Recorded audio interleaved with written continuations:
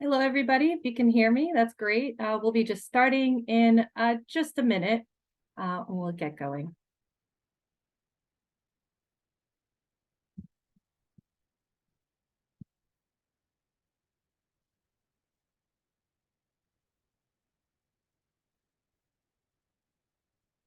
Hello, everybody. Good morning and welcome, everyone. It is a pleasure to have you join us today for our webinar on local action towards school meals for all. My name is Vera Zakharov, and I'm the Sustainable Food Places Local Action Coordinator based at Sustain. I'm joined today by my colleagues, Lily Omara Adambesa, Local Action Officer for Sustainable Food Places, Naima Janeth, Children's Food Campaign Officer, and Barbara Crowther, Children's Food Campaign Manager. Before we introduce our speakers, just a bit of housekeeping. Please note that this webinar is being recorded. You can also enable auto transcription if you would like by clicking the CC button at the bottom of your Zoom window. Also, we'd like to take a moment to set an inclusive and respectful tone for today's session. So we'd like everyone to feel that this is a safe space, treat each other as equals, and respect each other's perspectives and expertise, including during conversations, questions, and in the online chat. Please avoid using outdated or colloquial language or using inappropriate cultural references. We will not tolerate any kind of discrimination. Please help us to create a space where we can all listen, be heard, be respectful, and open to being challenged and to learning, even if sometimes we get it wrong. So please do let us know if there's anything we can do to improve this. If you have any issues around behavior, accessibility, or tech, please get in touch with my colleague Naima, whom you can message directly via the chat. You will see there's an option you can message one of the co-hosts specifically. So please do at this time take a moment to introduce yourselves in the chat with your name, organization, and when you're based.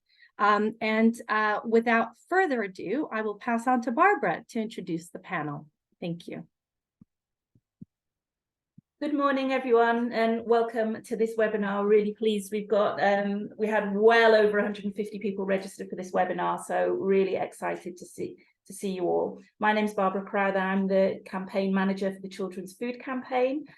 We are working with a whole range of organisations on a national basis, including the Food Foundation, School Food Matters, Impact on Urban Health, National Education Union, running a campaign that we're calling Say Yes to School Food for All, which is trying to push for a cross-party political consensus towards a progressive stage-by-stage vision towards universal school meals. You can find out all about that campaign on schoolfoodforall.org. You can also add yourselves to our map of support, and all the names and organisations that have put themselves on the map, we're taking those to Downing Street on Friday the 17th of November. So please, if you haven't put yourselves on the map but are able to do so or show your support, you can do that. We're also currently running an e-action to all members of Parliament asking what their party is currently doing to try and expand entitlement to healthy school meals for all, and to also write to the Education Secretary to push her for more action. As we know, the current government has not committed to do anything more than keep the current eligibility for school meals under review. And neither has the Labour Party put it in its latest policy document. So in the absence of that national action, we are seeing right across the UK, so obviously in Scotland and Wales, they're expanding school meals to all primary schools. The Mayor of London, we've got the Greater London Authority here today as well, has extended school meals to all primary schools for this current academic year. But what we're also seeing is lots of local areas looking at what they can do to try and respond to the growing need and also help make the case for expansion at a local level. And that's what this webinar is about. So we've got a great lineup for you here today. We're going to start by heading up to the northeast to Hull with Darren, who's going to talk about how they're building local public support. We're then going to go back down into the Midlands, and Shona Gowdy from the Food Foundation will tell us a little bit about some research that they've been doing to try and help create a local case for change in the West Midlands. Then we're going to head across the border down to Cardiff with Judith Gregory, who is the Vice Chair of the Local Authority Catering Association on a national level, and also a key leader of the local LASA in Wales, and also works for Cardiff City Council. Then we're going to come back down to London to hear more about the insights from the current rollout of primary school meals across all London boroughs, supported by the Mayor of London, with Sarah J. Miller and Amy Connolly. And finally, we will land in Southwark, where Faria Chowdhury from Southwark Council and also Miles Bremner from Bremner & Co will talk about how Southwark are now building on their very long-standing primary school meal programme to expand into secondary and also make sure that food is healthy. So that's a great lineup we've got for you today. We could have done a lot more case studies, so if you're interested in more of this, do tell us at the end. Sorry, just a quick question on the questions and answers. I was going to just come to that. Oh, you were perfect. Okay, cool. Yes. Just want to make sure you saw that. So what I was going to say is, please do also have conversations amongst yourselves in the chat. So any comments. If you would like to ask a question to the panel, please use the Q&A button, which is down at the bottom of the screen, and put your questions to the panelists, and we will have time for discussion at the end. What you can also do in that panel is you can also look at questions that other people have asked, and you can vote if you would like to see that question answered live. We will hope to try and get through as many of your questions. If we don't, we will try and see if we can work with our panelists to get you answers following the webinar. The webinar is also being recorded, and we will also be sharing the full presentations following this.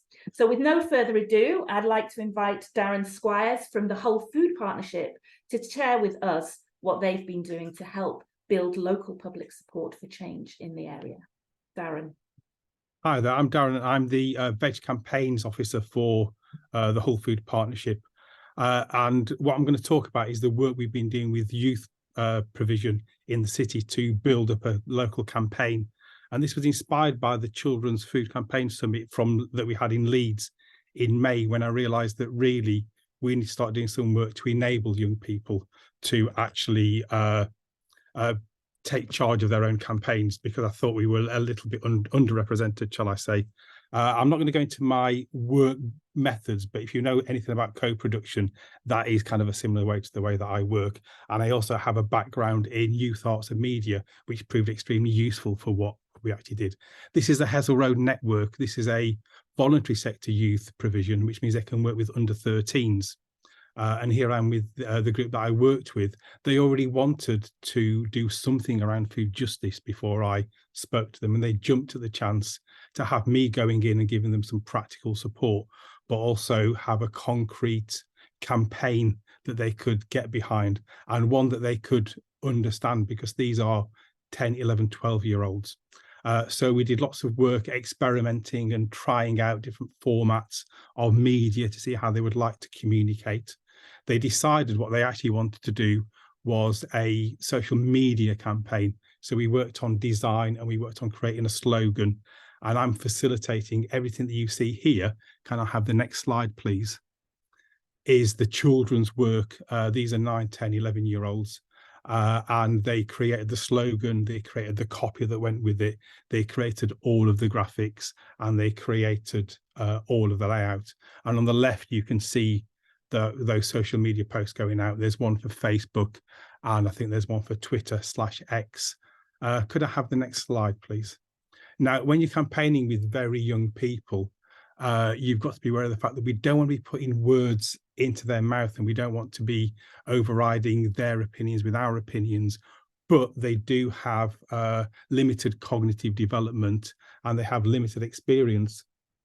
Although these young people were living in an area where they were experiencing poverty, either directly or indirectly. But what they needed was something that they could understand. And what was great about this campaign is it's something they can understand. It's about their own personal lived experience. Not everybody wants to take part. This is a voluntary youth club. This is not school. Some of them really want to be part of the group, but they didn't necessarily have the focus to stay the whole course all the time. Depending on the group dynamics, I might actually only get 10 or 20 minutes of focused work in any 1 hour session, and that's even though they really wanted to take part. So you've got to be aware that sometimes we need to be in there for the long haul, and we need to commit to seeing the project all the way to the end. But they do want to see me come back and do some more work on their food campaign because they enjoyed it so much. They really did enjoy it, and the staff were really happy. Next slide, please. And this is a statutory youth provision. This is Hull Young People's Voice, and they're part of the actual statutory youth service. There's a young mayor's office, there's various committees. They take part in youth parliament. Really, really committed, really smart, really articulate. On the right, you can see them before I had anything to do with the group, sitting on a scrutiny committee with the council. On the left, there's me and the local MP meeting with the young mayor's office to discuss various issues, including food. And I am going to be working with the young mayor to get some funding for an app that will help support young people in crisis, particular mental health and food crisis. Can I have the next slide, please? And here we are with another part of the group, the council. We were practicing podcasting there. Again, we went through all of the different formats they might want to use to express themselves. Now, the podcasting was really useful. Along with other discussions, we discovered that, yes, they were really committed to universal school provision on the whole, but there were other issues they really wanted to discuss that were just as important. One of them was the quality of school food. They were not happy with the fact that it's highly processed and that processed food is cheaper than healthy food. An example was a fruit pot costs more than a full fry-up. They were also unhappy with the really, really short lunch times of like a half an hour. It's not enough time to eat. Some of them were choosing whether to go to the loo or eat. And also they had a really big thing about school uniforms and school uniform policy and how heavy-handed it was. So I thought I really needed to bring that in. Can we have the next slide, please? Which led us to decide on making an animation because also they really, really wanted a voice. They didn't want to appear. They didn't want to be visible. So we decided that what we're going to do is an animation. This is a very short animation. At the very beginning of the film that we're making, we've got lots more writing to do and we've got lots more animation and acting to do, but it gives you an idea where this video is heading. Could we play it, please?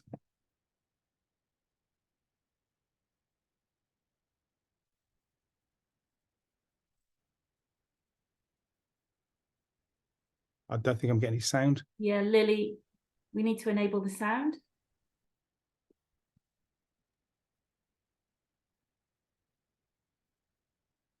You, boy, why's your blazer off? Sorry, I was hot. That's not a good enough excuse. I'm hot. You don't see me taking off my jacket. What harm does it do to you if he doesn't wear his blazer? Who on earth are you? I'm a time traveller from the future. Yes, I worked out from your sudden appearance and the what year is it act. I'm here to stop you from making a terrible mistake. You do know that there is no reliable evidence that uniform policy has any effect on pupil behaviour. But I've seen behaviour improve as a result of our uniform policy.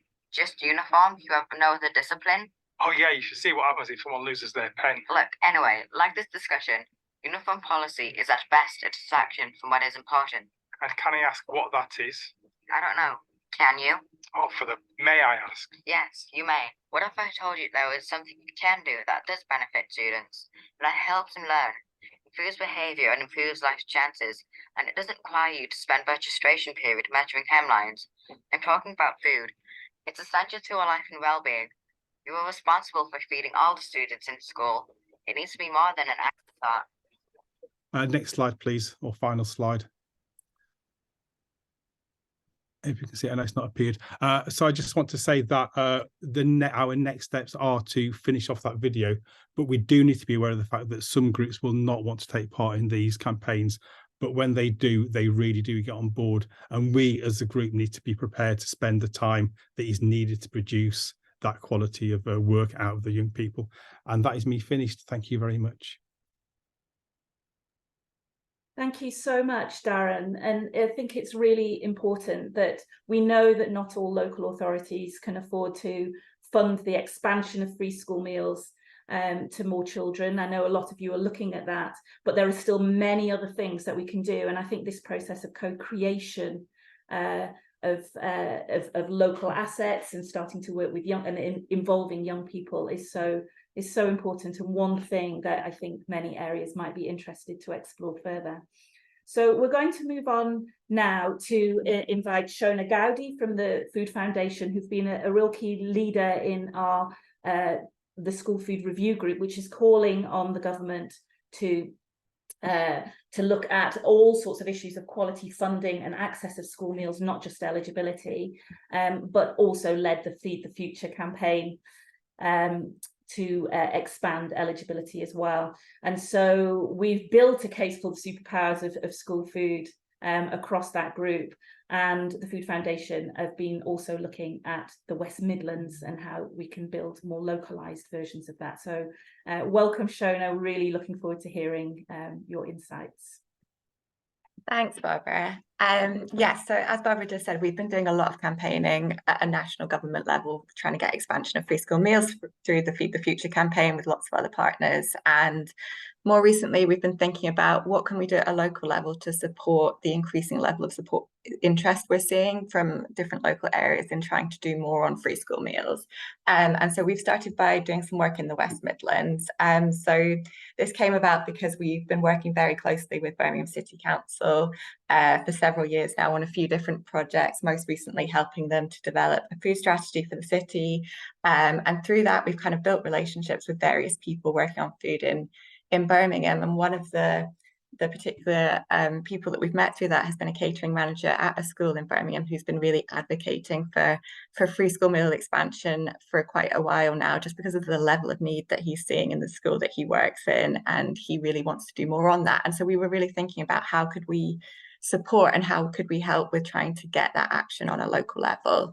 And so what we've done for the West Midlands Combined Authority is that we have written this briefing report specifically targeted at West Midlands stakeholders to really make the case for taking action on free school meals at that level, and drawing on our kind of experience and learnings from our national campaigning work and making that relevant to the West Midlands specifically, and trying to sort of provide some support for how they might be able to go about expanding free school meals. So this report is being published on Friday, so I won't go into any of the specific sort of data in that and things like that, but hopefully it will give you a bit of a flavour of some of the key elements of what we feel like is important for kind of presenting the case for change and helping to support getting some local pilots set up. So in the report, we start by kind of really laying out the evidence around the benefits of expanding free school meals, which I imagine most people at this webinar are very familiar with, around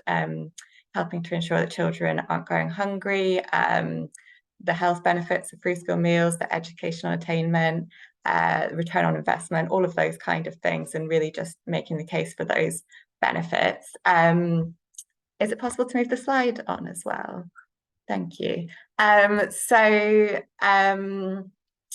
The report also has quotes from local voices, which I think is really important as well. So there's an example on the slide here from one of our young food ambassador who lives in Birmingham about why she wants to see free school meals expanded. And, you know, those local voices are really important for showing not only is this something that people want to see at a national level, but those people specifically in that area are wanting to see this. We then go on in the report to look at case studies of where provision for free school meals has been extended locally. So a lot of them are the amazing examples that are being talked about on this webinar today. I think this year particularly, we've increasingly seen more and more local action on free school meals, which is excellent. And it shows that there's lots of different models and lots of different ways of expanding free school meals in a local area, and that it is possible to do, and different places have different needs and different resources. So there isn't just one way to do this. So it's about helping to figure out what works best in each specific place.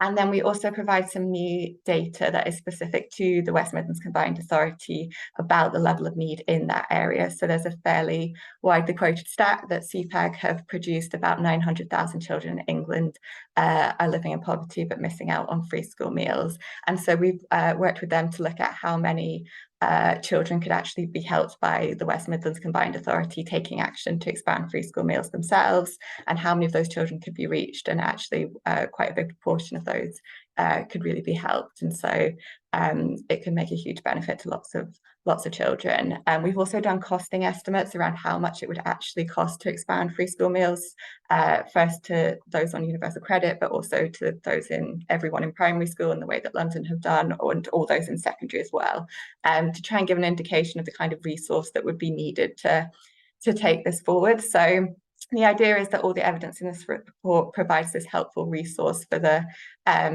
Combined Authority to start thinking about how to introduce a pilot on that local level.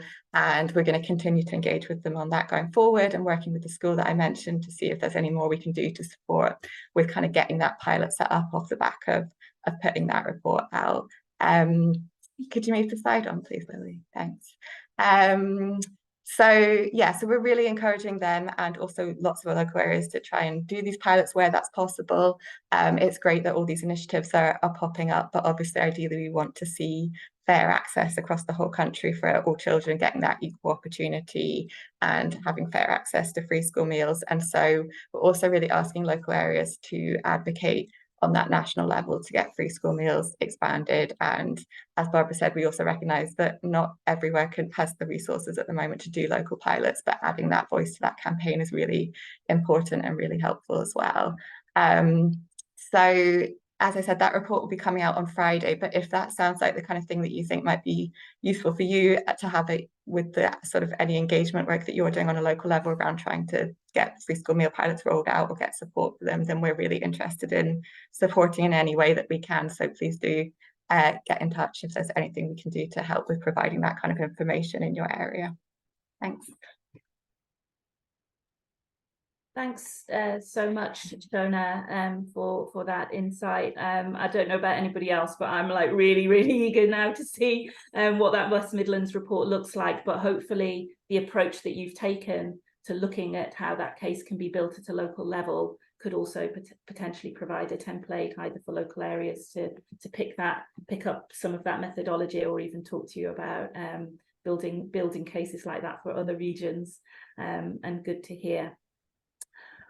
Well, so those first two case studies were a little bit about how do you start building the case. What we're going to move on to now is the first of our case studies around what's happening around areas that are currently rolling out. So I'm really pleased to welcome Judith Gregory here from Cardiff City Council, but also who plays a really leading role with the Local Authority Catering Association, both in Wales and now nationally as well. So really welcome your insights on how things are going in Cardiff and right across Wales. I know Neath Port Talbot has actually gone ahead of schedule, but I guess that's not the case everywhere. So over to you, Judith.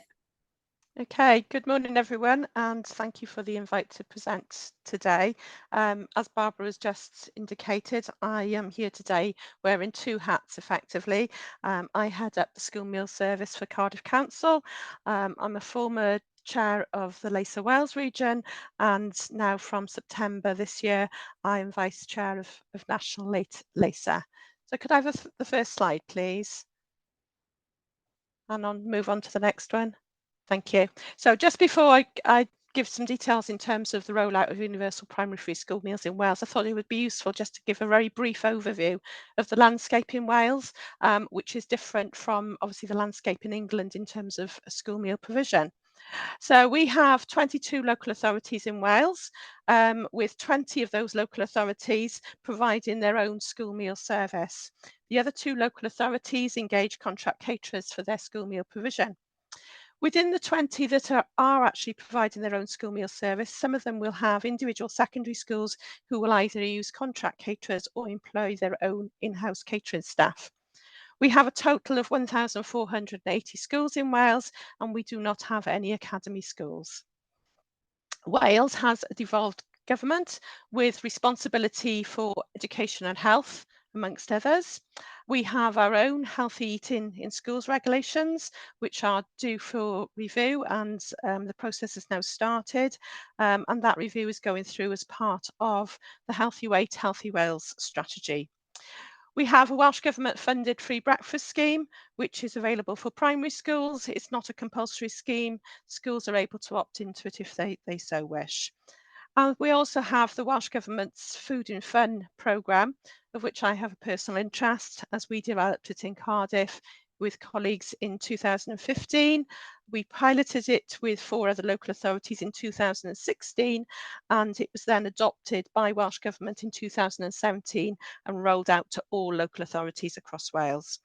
It was the first UK example of a multi-agency holiday provision, and in 2019 it was recognised in the Children's Future Food Inquiry report that Wales has the most advanced holiday provision in the UK. Can I move on to the second slide, please?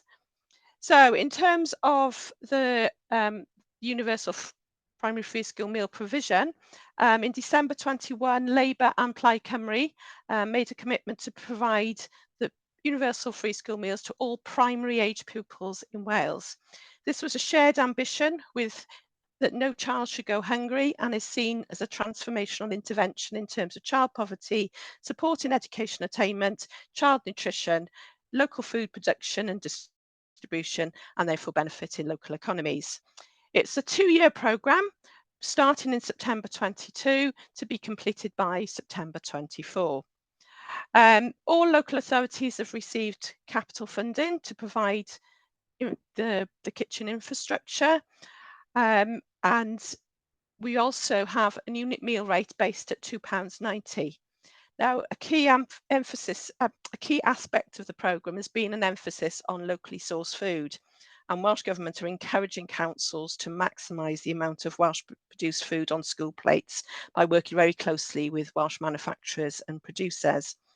Now, Welsh Government, when they announced that £2.90 meal rate, recognised that it was not sufficient to be able to do all of that work in relation to that meal rate.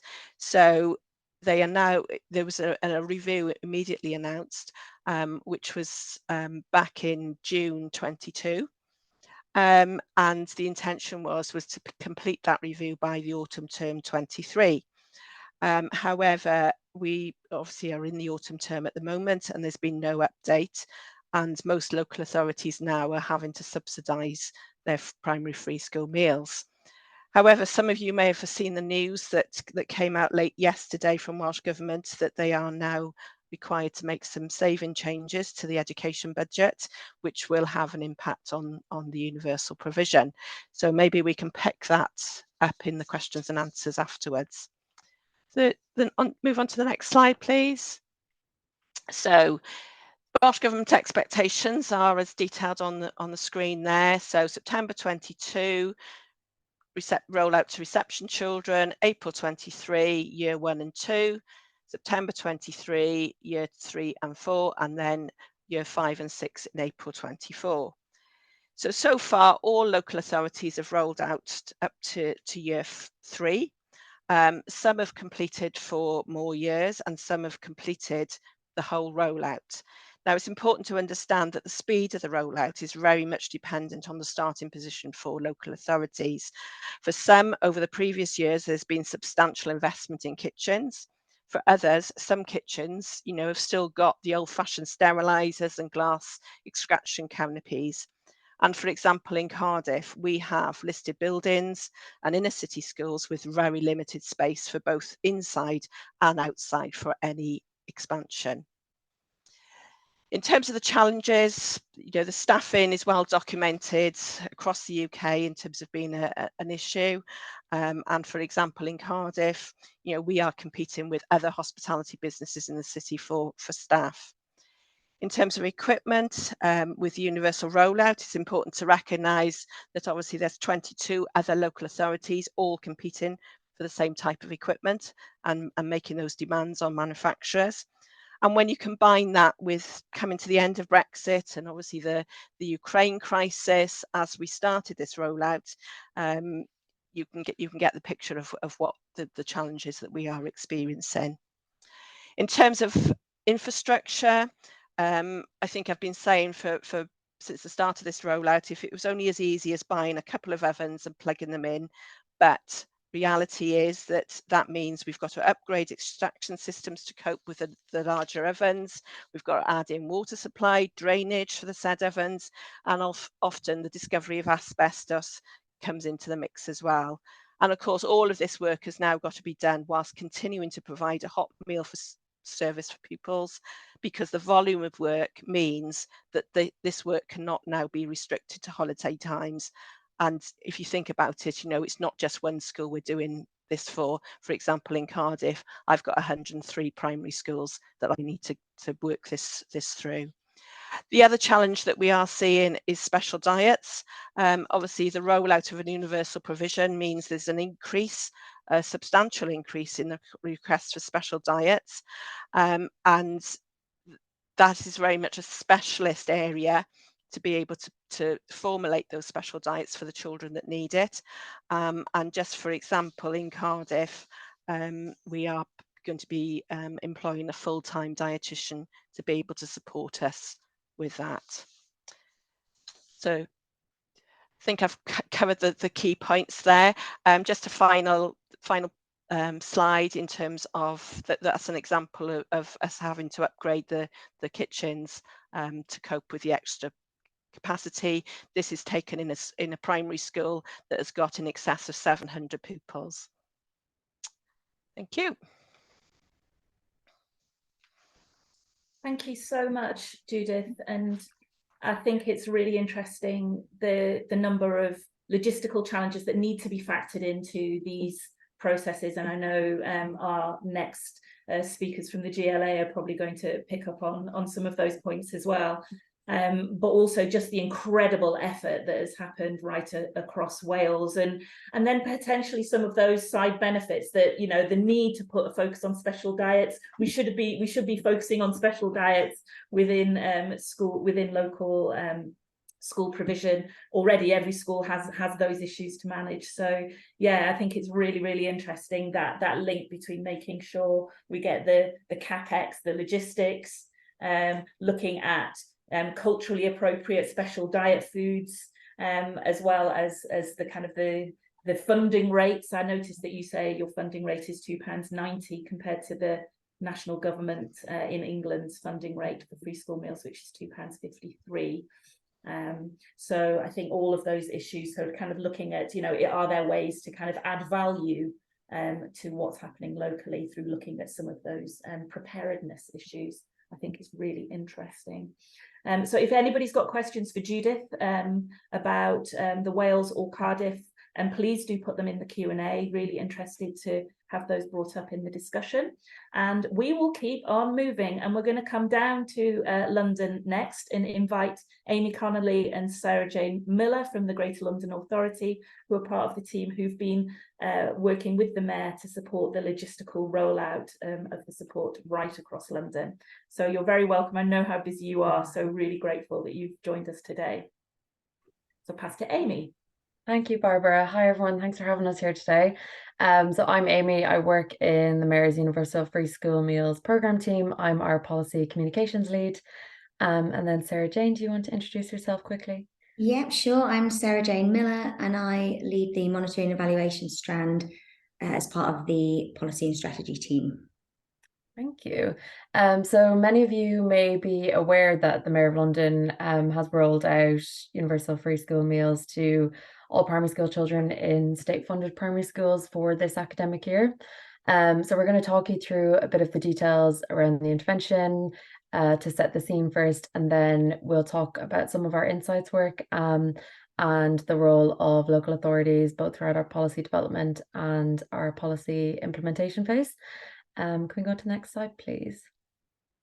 So just in terms of reach and impact, some key markers of ours are that the intervention will ensure that up to 287,000 more primary school children will receive a free school meal this academic year, and that families will save upwards of about £440.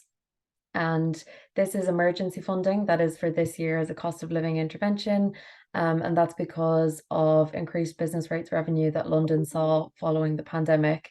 But we're also continuing our lobbying efforts alongside, because we do maintain the stance that government should be funding this permanently and across the country. So our lobbying efforts have not stepped down, and in fact, they're increasing over this year.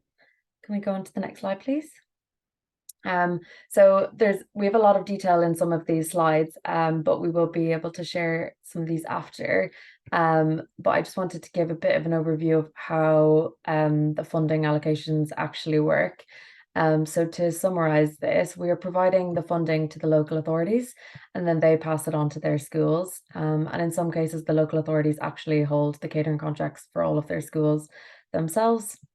And we've funded based on a 90% take-up rate, as evidence shows that the take-up rarely goes beyond this rate. And in London, the take-up for universal infant free school meals is about 80 to 85%.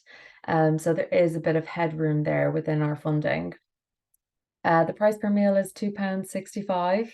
And if any boroughs do have take-up of higher than 90% across the year, we do have a process in place that they can claim back those additional funds later in the academic year. But throughout our engagement with schools and boroughs, we found that it was important to them that there will be no clawback on funding. So we have made sure that that's put in place, that if the take-up is below 90%, there will be no clawback in any funding. And there are 5 boroughs in London who have been doing universal infant free school meals for varied lengths of time, some of them upwards of 10 years. And we are funding them in the same way as we're funding all other boroughs. We're just asking them to use their freed up funding to support families. Next slide, please. So we do understand as well, as in the case of Wales, we understand that there are extraordinary costs associated with scaling up delivery of school meals to, from being whatever they were doing before to all children. So the Mayor has also announced the contingency fund that we're using to support with any extraordinary costs associated with delivery of the programme. So this includes a top-up of £3.50 per meal instead of the £2.65 for kosher meals, because our research has shown that these are more expensive. And then there's also further funding for exceptional costs for associated with children with SEND. Next slide, please. And again, there's quite a bit of info in here, but you'll be able to read that afterwards. But one of the challenges that we foresaw throughout our engagement with boroughs and schools when we announced the policy was that the introduction of universal provision might have a potential impact on pupil premium funding. So we've been providing schools and boroughs with best practice guidance on this, both through our webinar series and through sharing resources on our online hubs for schools and boroughs. And we've done some qualitative research as well with families to understand the incentives and the barriers around registering for the government scheme. And we're going to be showcasing the results from that in another webinar that we're hosting this term. We're also working with the few local authorities in London that are trialling auto-enrolment processes. And then lastly, a huge focus of our comms strategy is on encouraging families to still register for the government scheme. We've done this both through our own central marketing from City Hall, and then through providing schools and boroughs with different tools and templates to support them in their communications with families. And if anyone wants to know any more details around the specifics of those, we're happy to provide some info. I'm going to pass over to Sarah Jane now to talk you a bit through our monitoring and evaluation. Thanks, Amy. Great. So a big part of developing the monitoring evaluation strand. Sorry, if we could move to the next slide, please. So obviously, as you all are probably very much aware, there are multiple different benefits as to why expansion of free school meals is important. But as Amy's mentioned, the Mayor announced his policy in February this year, and this was primarily a response to the cost of living crisis. So underpinning our evaluation strand is understanding the impact that this policy is having on families and young people in relation to family finances and other factors kind of like mental health and anxiety in relation to cost of living crisis. And so a key part of this is pulling out findings that will inform our ongoing delivery, so throughout this academic year, informing communications to support other lobbying efforts that we have our own plans, but also supporting our other partners with lobbying and key messaging. And so on this slide, you'll see there are a few other factors that have underpinned our monitoring evaluation strategy, and that is as well as understanding the impact on pupils at a general level, we were keen to understand the differences amongst pupils with different protected characteristics. We really want to understand the levels of school meal uptake. So, you know, we launched in September. We feel it's still too early to understand what that uptake is. Schools have been taking some time in some cases to get the intervention up and running. So that's a big part of the monitoring strategy.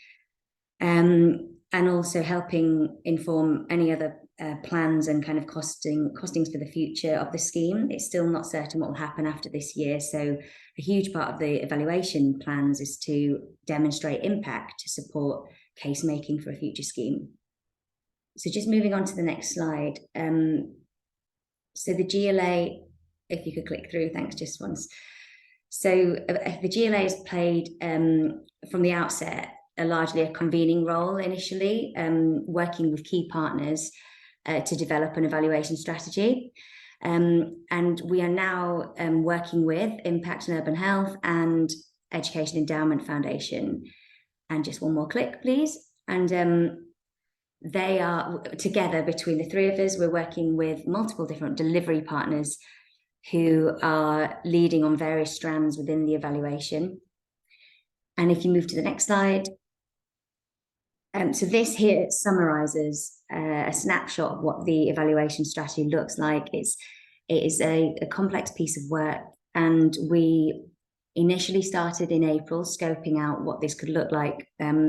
This kicked off with commissioning an integrated impact assessment, which looked at all the different impacts that the policy could have in relation to the economy, health, business and equalities. A big part of that was the equalities assessment, which we expedited and prioritized doing that so that we could take the insight from that and obviously use those findings to influence our evaluation, but also our delivery. And alongside this, so earlier this year in May, working with our partners, we run a theory of change exercise, which brought together key evaluation partners. And the theory of change model really underpins a lot of the strategy across all different strands. So whether that's the insight and implementation strand being led by Impact and Urban Health, and then the longer term impact evaluation that EEF's leading. And then the two strands highlighted at the bottom are these elements of the strategy that the GLA is leading. So together, these different components kind of complete the overarching strategy. And if you just move to the next slide, I appreciate it's quite detailed. So I won't go through everything, but this just gives you a flavour for the different types of methodologies and how each one is working together. So as well as the IIA, we have a cost benefit analysis model that I'm sure you're all aware of, the piece of work that PwC led over a year ago. This is now in train to do two pieces of modelling at the moment. We've got, which is looking at 5-year projections instead of the original 20. And they're also looking at the wider benefits of expanding free school meal policy at an England level and also a London level. So the findings of that are still in train. We're waiting to hear back from them at the end of this term. And then these 4 columns kind of just outline the primary research methodologies that are being implemented over this academic year and beyond. So the insight and implementation evaluation, which is being led by CPAG, so Child Poverty Action Group, and also ICF. Between those two pieces of work, there'll be about 30 different case studies into schools. And these are deep dive case studies, which will enable the researchers to speak to all types of audiences. So the pupils across the year groups, parents, staff, school staff, head teachers and caterers. The impact evaluation, which is a longer term piece that's being led by EEF, and they've commissioned University College London to lead this piece. So this will look at other outcome measures linked to attendance, behaviour, concentration. And this will primarily be looking at secondary data sources and triangulated with some head teachers and parent surveys at the end of the year. And then the piece that... I'm going to have to just ask you to wrap up. Yeah, okay. I'll finish with the piece that we're leading on then, Barbara. This is oh sorry, that means you haven't got a chance to add your bits at the end. Our two main strands are linked to monitoring the uptake of free school meals, and we're largely using management information system data. We've been working with MIS providers to provide the insight on that. And then another, the final strand, which is ongoing monitoring of the policy, which will be primarily working with the boroughs, head teachers and parents to highlight some of those ongoing impacts throughout the year. I feel like I should stop there before going through these challenges, but I think what key difference from the London programme, I think just listening to others, is that we have not had time on our side. We had from March to basically get this policy running. So I think that's probably been one of the biggest challenges, and how we've adapted to that. If you click through, a huge part of that was having a really good team structure. So we have dedicated comms team, policy teams and governance teams. And we've had a really comprehensive stakeholder engagement plan that has underpinned much of the work we've done across all teams. I think working with the evaluation partners, sharing those goals, and having really good governance structure in place. We've had things like the delivery group where we've consulted boroughs and schools on an ongoing basis. And now we have multiple steering groups with our partners. It's allowed us to continue to inform and engage and refine our approach, like as we are delivering the policy. And then finally, the equalities assessment did present a challenge in how we respond to that. And through that, engaging with lots of different faith groups and SEND groups, we were able to make the case to develop this additional contingency fund, which should hopefully support any extraordinary costs that come up throughout the year. Thanks. Amy, do you want to just very quickly just tell us a little bit about the resources that you've made available to the London boroughs? Because I think that's quite important. I would skip this and go to the next one if that's okay, because we're just running over time now. Yeah, no worries. So I suppose you guys can just kind of read them through quickly. I won't go into detail about them, but these are some of the resources that we've provided to date, and then these are the ones that we have upcoming over this term and then into the next term. So we've got a series of webinars that we did in May and June, and we've got another webinar series coming this term. We've provided guidance around pupil premium funding.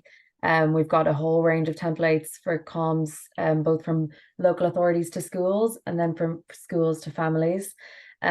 We've got digital and physical posters and leaflets that we've sent out to schools, boroughs, loads of partner organisations. We've got loads of social media assets, videos, just a range of different comms resources and assets, because that's the big thing that schools were telling us is they were struggling with the challenge of how do they communicate this to their families. They were struggling with the idea of how to talk about this scale up happening. And so then some of the things that are coming over this term are we are translating a lot of those assets. We, like I said, we'll have that webinar on pupil premium and the research that we did around that. And we've got a couple of other webinars coming. And then there's a few other things there. I won't go into the details around them, but we will send these slides around after, and we're happy to take any questions now, or we'll put our email in the chat if anyone wants to ask anything further about specifics. Thank you so much, both of you, and to the whole team for all the work that you've put in. And as you say, time wasn't on your side, and this scale up has had to happen, and at local authority level and school leader level. I'm a governor of a school, so you know it's been a mammoth, very rushed effort, and I'm sure, and I think what's really interesting is the amount of learning and the emphasis that you put into monitoring and evaluation, and how we use this to also learn about how to do it for the future, and make that case. So thank you so much. Let's move over now to Southwark, who've been doing universal primary school meals for 10 years, I believe. And we've got Faria from the council, but also Miles Bremner, known to many of you as a real authority on school meals, who also works alongside Southwark Council. So over to you guys. Thank you very much, Sarah. My job is to introduce Faria Chowdhury, who's the Policy Officer for School Food, who's going to talk about the great work Southwark are doing on rolling out increased free school meal access for secondary school pupils. But I'd just like to make a quick point, next slide please, that actually, as we've heard today, putting in place policies and delivering great school meals is hard, and it requires careful thinking about access. It requires careful thinking about how to put in place appropriate quality assurance mechanisms, and it also requires ensuring that there is a fair funding process in place. It also requires Herculean efforts from schools, caterers, local authorities, parents and pupils, and a whole heap of other people.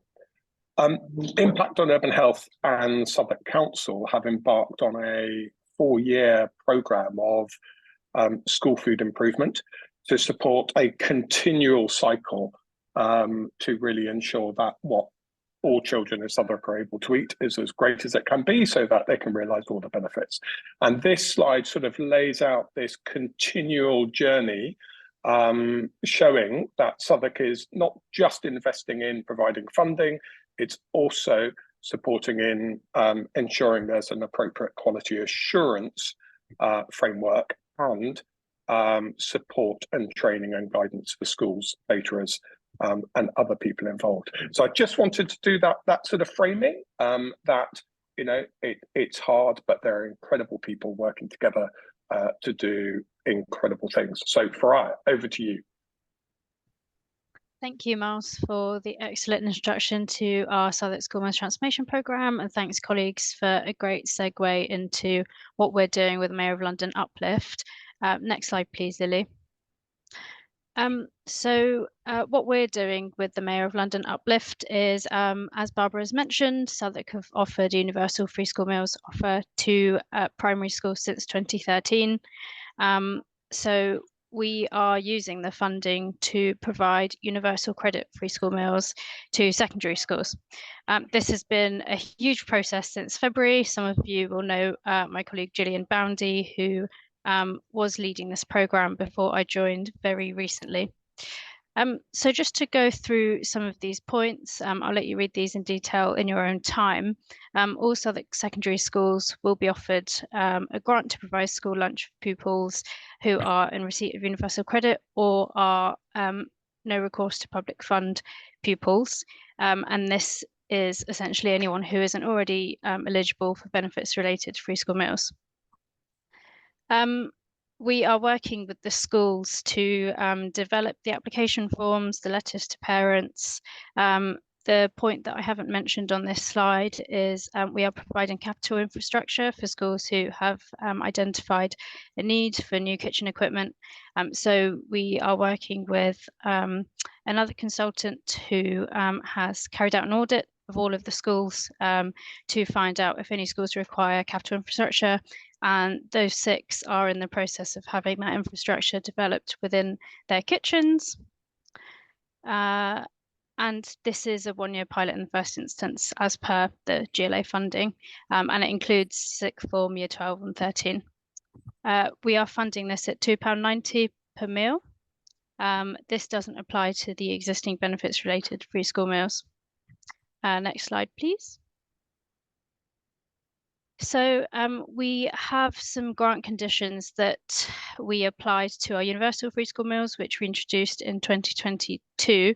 However, these grant conditions are slightly different for secondary school meals, as we know that the landscape of secondary school meals is slightly different to the primary school environment. So the requirements are that, as I've already mentioned, it's school pupils between year 7 and 13 receiving universal credit. The grant can only be spent on school lunch, as we've identified that's the best time of the day for the school to host a healthy meal. A cashless payment system needs to be used. I've got another slide on this in a moment, but essentially to streamline how we are collecting data about free school meals, but also to reduce stigma, very importantly, so that all school pupils are paying in the same way, regardless of whether they're accessing free school meals or not. Again, I've got another slide on this in a moment, but lunch must be sold as a healthy meal bundle. The idea of this requirement was to catch the school food standards most often missed. Again, we know that school food standards, they get further and further away as we kind of progress through the years from primary schools to secondary schools. So this was an attempt to at least see if secondary catering could meet a few of those requirements. And the last couple of requirements are about reporting and monitoring. So participating in the report take-up secondary school meals, so we can understand how many extra pupils are taking up free school meals and understand how we can work to improve that number. This also contributes to the evaluations of the programme as a whole. So we've asked as a grant condition that schools participate in that. Next slide, please. So healthy meal bundle, I'll go through this really quickly, but as I say, it's just the school food standards that are most frequently missed. So that is at least 2 portions of fruit, veg or salad every day. There's portion size considerations on all of these as well to support caterers. 3 portions of lean protein per week, no more than 2 fried portions of food, no more than 2 portions of pastry, no more than 1 of processed meat or meat substitutes, no fizzy drinks. Southwark schools already have a water only policy that's mostly informed in the primary school, so really trying to support secondary schools who aren't so strong on water only. And also a calorie requirement per meal.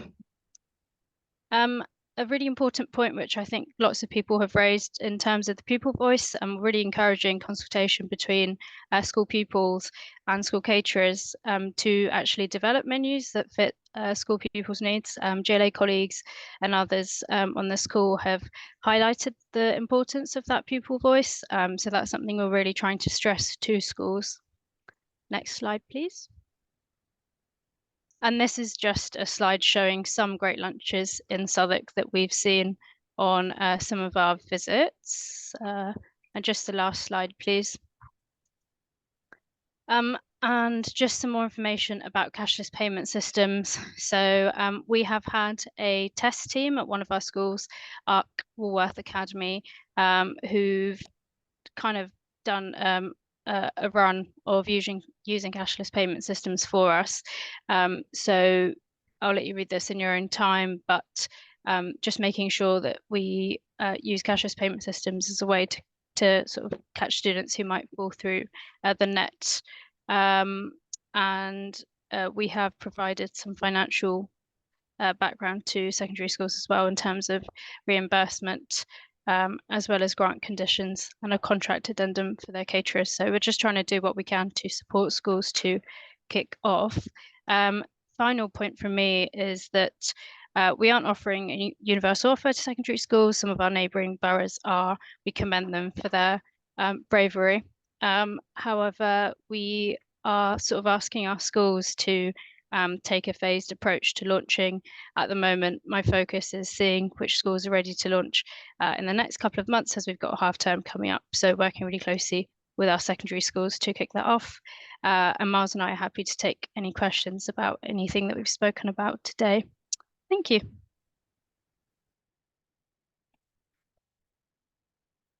Thank you so much, Miles and Faria. I'd we're going to move into the Q&A and the discussion now. So if you haven't yet put a question in the chat, there's still time to do so. I'd like to invite all the panelists to turn their videos back on so that we can all see each other. That would be great. And also my colleague Naima has now, and I'm aware that some people might have to jump off this webinar. We are going until 11:15, and we'd love you to stay with us. If you do need to leave at 11, please do click on the link to our SurveyMonkey. We'd love to hear your feedback on this webinar, what was useful, and your thoughts on any more of this type of support that we could share with you all.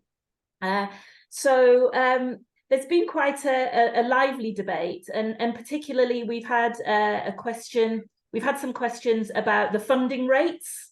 So obviously there's a range of funding rates applying across the UK at the moment. So we've got £2.53, we've got £2.65 with the Mayor's funding rate, and £2.90 in Southwark. And I'm just kind of really curious if any of the panelists want to comment on how you're managing that disparity between the funding rate that schools might be applying in reality, the funding rate being applied at the local authority, and how those kind of, where there are gaps, how those might be being managed. So I don't know if any of the panelists would like to come in on that. Amy.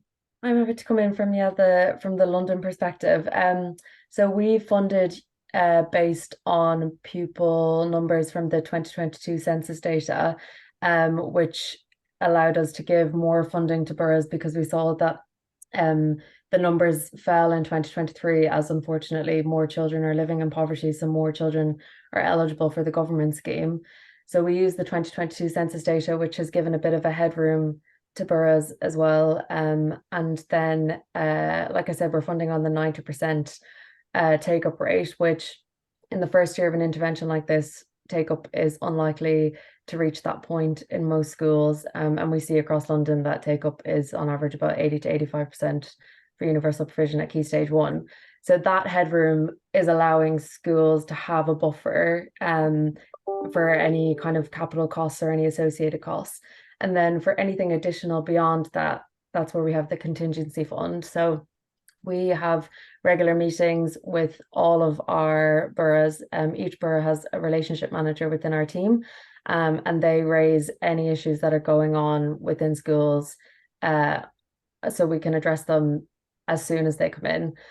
We also have communication with schools directly, and we're very happy for them to reach out to us directly at any point if there are any challenges, and we address them instantly. So I suppose, yeah, that's from the London perspective.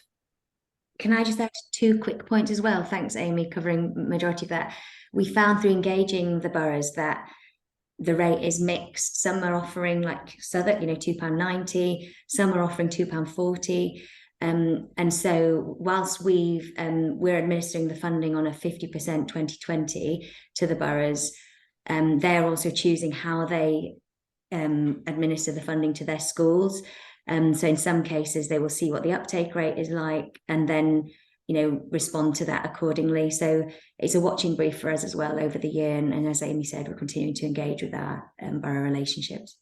And I think Miles has made the point in the chat as well that there's a kind of a census day uptake rate, and then there's a kind of a real time what comes through the systems of collecting from caterers and local authorities, which is the year-round uptake rate, and that there's sometimes a disparity between those. But I think funding at 90% or above is right. Oh, can I just say about census days? We just had a census day in a school that I work in. There is always a massive push to get kids into the dining hall for census day, for anybody that isn't aware of that. And that's why that census day information isn't going to give you the actual average over the year. Yeah, great. So we have a question from Diane Johnson. This is particularly for you, Faria and Miles, is how is the healthy meal bundle being checked? It looks like you're doing a great job, but how do you know schools are actually delivering that? I'm happy to take that one, Miles. So as it is a grant condition, we're asking schools to sign a grant condition to say that they will do it.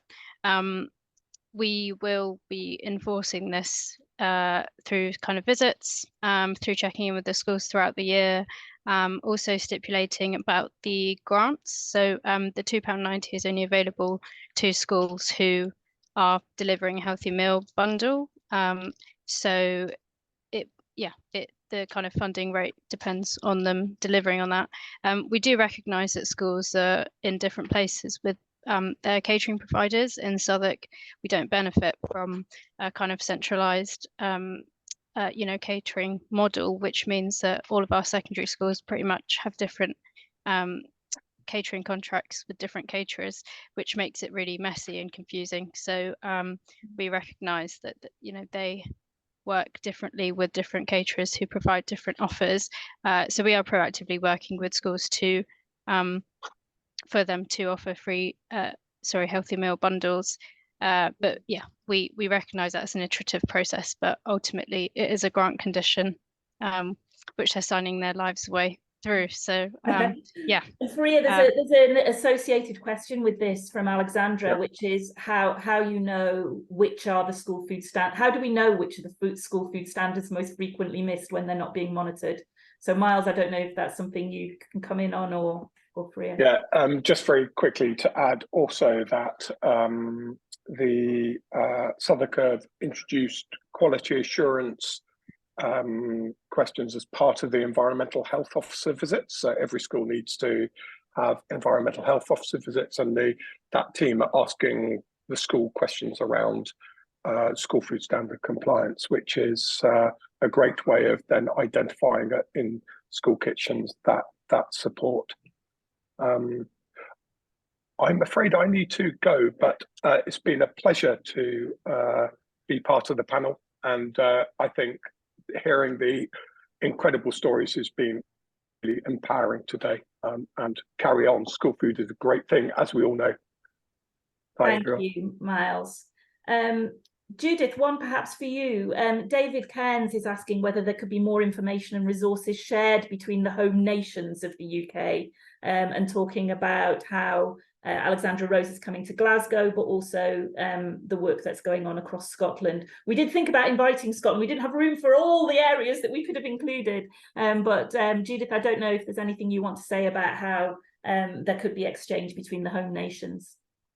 Yes, well, I'm in contact with obviously colleagues in Scotland, also in contact with colleagues in Northern Ireland as well. And for some of you may be aware that obviously at our LASA main event that we have during the summer, we do have a Four Nations panel session. So that's a really good opportunity. It's become a regular event now. So obviously all of our LASA members get updates on a year-by-year basis in terms of what's actually happening within all of the nations. But yes, I mean, great, we're happy to share information, and I'm sure the other nations would be as well. Great. Okay, thank you, Judith. Darren, there's been quite a lively debate in the chat about children's perspective on school uniform, and I don't know whether you wanted to answer some of those. I posted that certainly the school where I'm a governor, we would say uniform is quite a leveler. I'm a great supporter of it. And therefore, but it's children, but also that these are young people's own voices, and that's what you've done. So yeah, interested what you think. It is only part of the video. It's a way of getting the debate started, and it's about the fact that we don't know whether school uniforms actually work, but we do know that food works as a way of being a leveler and enabling people. And it's actually about the overemphasis on school uniform rules. That's what really annoys them. I have to sit there as an adult and debate with them about what they think is important. And one of the things, for example, that I think is important is that we have school uniforms, but I'm putting an adult's point of view across. That is their point of view. But there are some interesting debates that they have to have.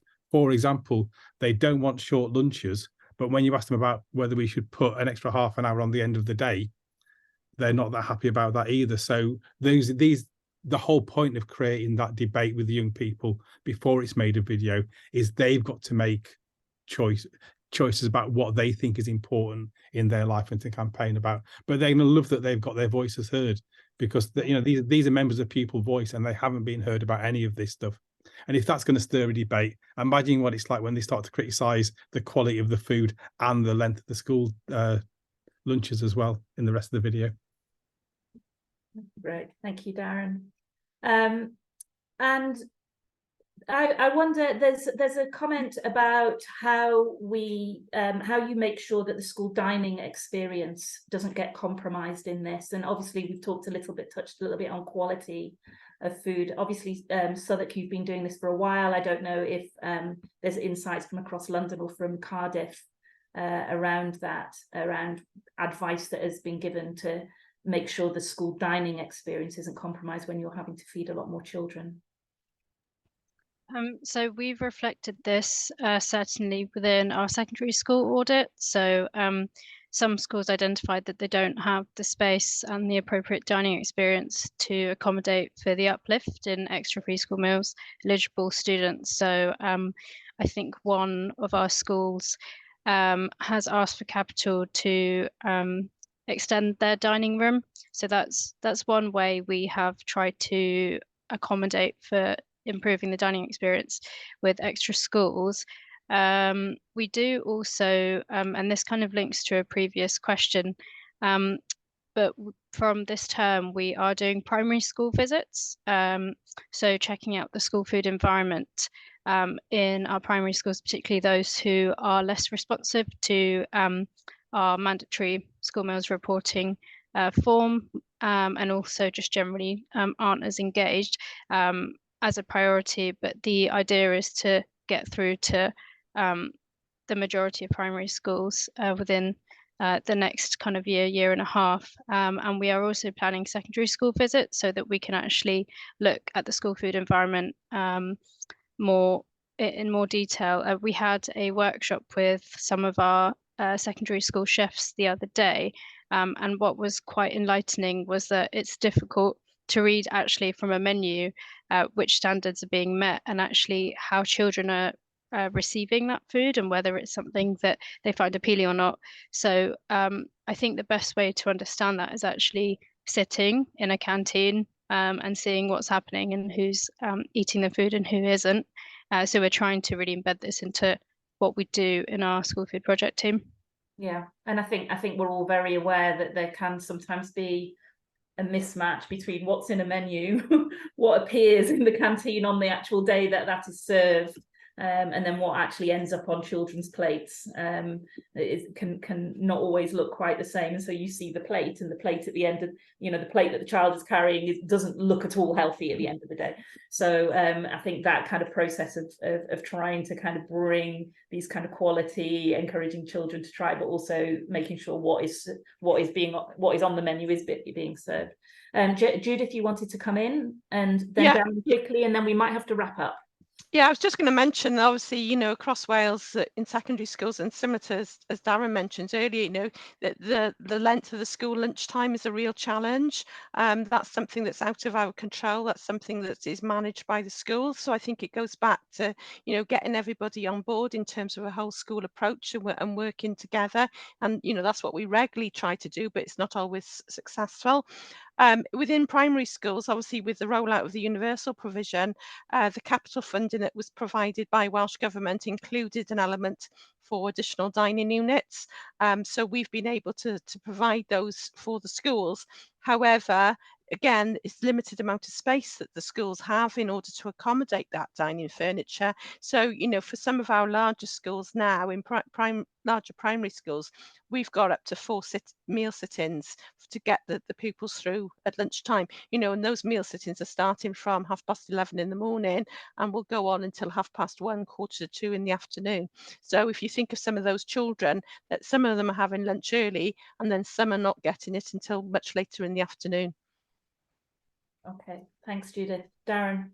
And there is an issue in primary school with what actually gets eaten and what's left on the plate as well. And there was some excellent research done when Hull did their free school meals good 15 years ago.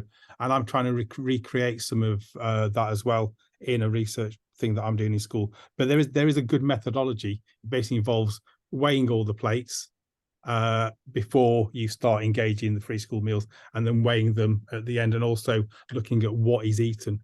And to be honest, looking at the initial research, we are getting a lot of the healthy bits thrown away. We're getting lots of veg thrown away. So there's an issue there that we also need to address, as well as all the things about infrastructure that we also need to address. It's not a small project, but it is one worth getting involved in, isn't it? Right. Thank you all. I'm really sorry. I think we've kind of run out of time. I know there was a question as well about the latest on the school food standards review pilot, which we will try and get some information back to the person who asked that question. If there's one kind of very, if you were to kind of in one sentence each, just say, what you would encourage any area looking to expand to kind of think about, what would it be? So let's go in reverse order, in the order that we spoke, and I'm going to start with Faria. Put me on the spot there. I would say work very closely with your schools to understand their needs about school food and take it from there. Okay, thank you. Sarah Jane? Similar to Faria, I think engagement is really crucial in this, and not just the schools, but whoever your delivery partners are, the caterers, the staff in the school, the boroughs themselves. I think really trying to understand how it, how it can work, because they are the ones that are ultimately going to be delivering this. Thank you. Amy? Yeah, you guys are stealing mine, because that's actually the area that I work in. But I suppose expanding beyond that, I think the people that we learned from most was people who have done this before. So I think like forums like this, but then also like speaking one-to-one with, like for us, it was the boroughs who've done this before, and then Wales, New York, Sweden. So speaking to people who have done this and learning from their challenges, I think is the most beneficial first step you can take. Finland's been doing it since 1948, folks. So, this is not out of the ordinary.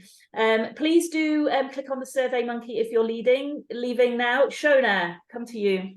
Yeah, absolutely. To add to what Amy said, I think looking at what everyone else has done and trying to build a sort of toolkit that everyone across lots of different local areas can then take on board and do this themselves, and trying to help each other to make it all happen, really. Yeah. So there's loads of experience, a growing amount of experience out there. So learn from what others are doing. And finally, Darren. I love a nice campaign slogan. This is not a cost, it's an investment. I think that's a brilliant note on which to end. Thank you all so very much for your insights. Please, everybody, do take the Survey Monkey.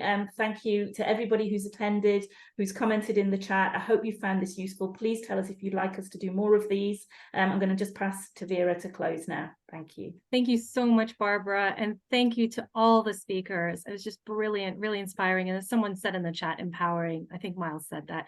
And huge thanks to Naima and Lily, who's been doing such amazing work in the background. So just to wrap up, we remind you to please fill out the survey. We want to hear your feedback. There's a question about what your area is planning next, and we want to hear from you. We also ask you to support the School Meals for All campaign. Put your name and place on the map, and please do take action to engage your MP on this matter. And we also ask you to come join the Sustainable Food Places Network. A number of our speakers today are part of our thriving and growing network. And lastly, just to remind you guys, we will be sharing the recording, the presentations, and indeed the questions and answers after our webinar. So thank you again, everybody, for coming along and participating. Thank you. And on that, I will close it. Bye, everybody.